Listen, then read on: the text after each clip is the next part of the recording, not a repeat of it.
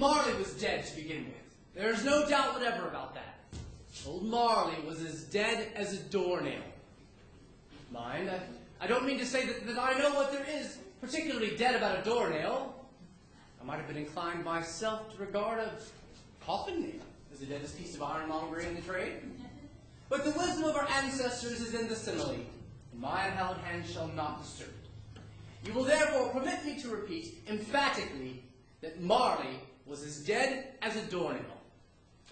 Scrooge was his sole executor, his sole administrator, his sole assign, his sole residuary legatee, his sole friend, and his sole mourner. And not even Scrooge was so dreadfully cut up by the sad event, but that he was an excellent man of business on the very day of the funeral, and solemnized it with an undoubted bargain. No, there's no doubt whatever that Marley was dead. This must be distinctly understood, or nothing wonderful can come of the story that I'm going to relate. Scrooge never painted out Marley's name. There it stood, years afterward, above the warehouse door. Scrooge and Marley. The firm was known as Scrooge and Marley. Sometimes people new to the business called Scrooge Scrooge, sometimes Marley, but he answered to both names. It was all the same to him. Oh, but he was a tight-fisted hand at the grindstone, Scrooge, squeezing, wrenching, grasping, scraping, clutching, covetous old sinner, as hard and sharp as flint, from which no steel ever struck out generous fire, as secret and as self-contained and as solitary as an oyster. But once upon a time, on Christmas Eve, old Scrooge sat busy in his counting house. Merry Christmas, Uncle. God save you. Ah, humbug! Christmas? A humbug, Uncle? Surely you don't mean that. I do. Merry Christmas. What right have you to be merry? What reason have you to be merry? You're poor enough. Come then. What right have you to be dismal? What reason have you to be morose? You're rich enough. Ah, humbug! Don't be cross, Uncle.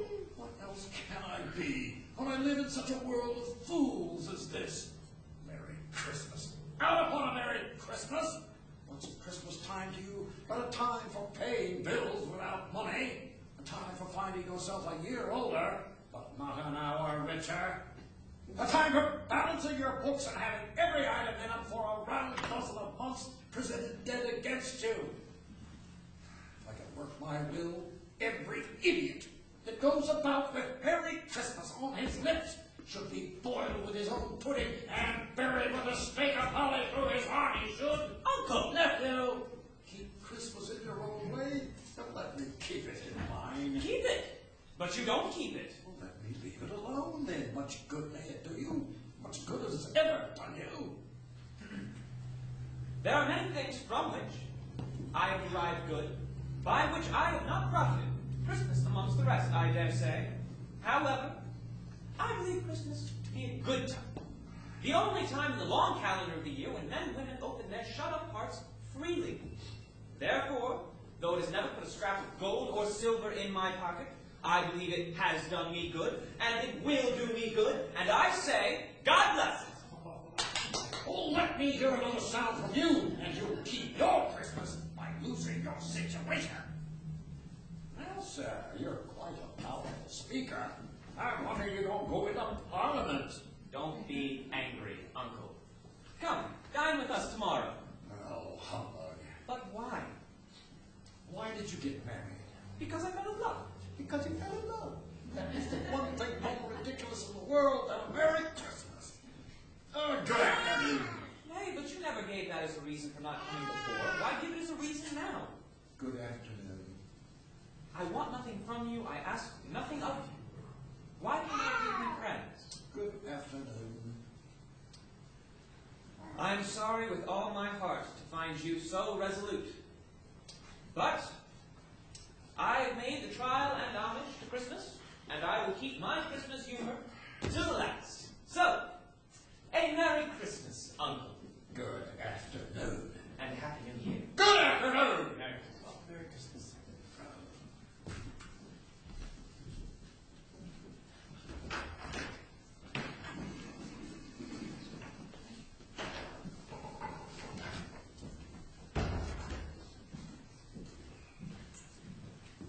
Scrooge and Marley's, I believe. Have I the pleasure of addressing Mr. Scrooge or Mr. Marley? Mr. Marley has been dead these 7 years. He died 7 years ago this very night. I have no doubt his liberality is well represented in his surviving partner. At this festive season of the year, Mr. Scrooge, it is more than usually desirable that we should make some slight provision for the poor and destitute who suffer greatly at the present time. Many thousands are in want of common necessaries. Hundreds of thousands are in want of common comforts, sir. Are there no prisons? Plenty of prisons. And the workhouses, are they still in operation? They are. Still, I wish I could say they were not. The treadmill and the poor law are in full vigor then? Both very busy, sir. I was afraid from what you said at first that something had occurred to stop them in their useful course. I'm very glad to hear it. Under the impression that they scarcely provide Christian cheer of mind or body to the multitude, a few of us are endeavoring to raise a fund to buy the poor some meat and drink and means of warmth. We choose this time because it is a time when want is keenly felt and abundance rejoices. What shall I put you down for? Nothing. You wish to be anonymous? I wish to be left alone since you asked me what I wish for. That is my answer. I don't make merry myself at Christmas, and I can't afford to make idle people merry. My taxes help support the establishments I have mentioned. They cost enough, and those who are badly off must go there. Many can't go there, and many would rather die. If they would rather die, they'd better do it and decrease the surplus population. It's my business!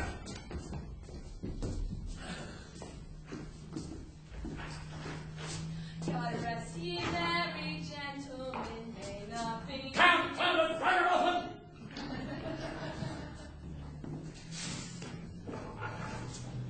You want all day tomorrow, I suppose. It's quite convenient, sir. It's not convenient and it's not fair. I was just not at the Crown Court. You think yourself ill-used, I'll be bound. But you don't think me ill-used. I pay a day's wages for no work. It's only once a year, sir. A poor excuse for picking a man's pocket every 25th of December. I suppose you must have the whole day. Be here all the earlier next morning.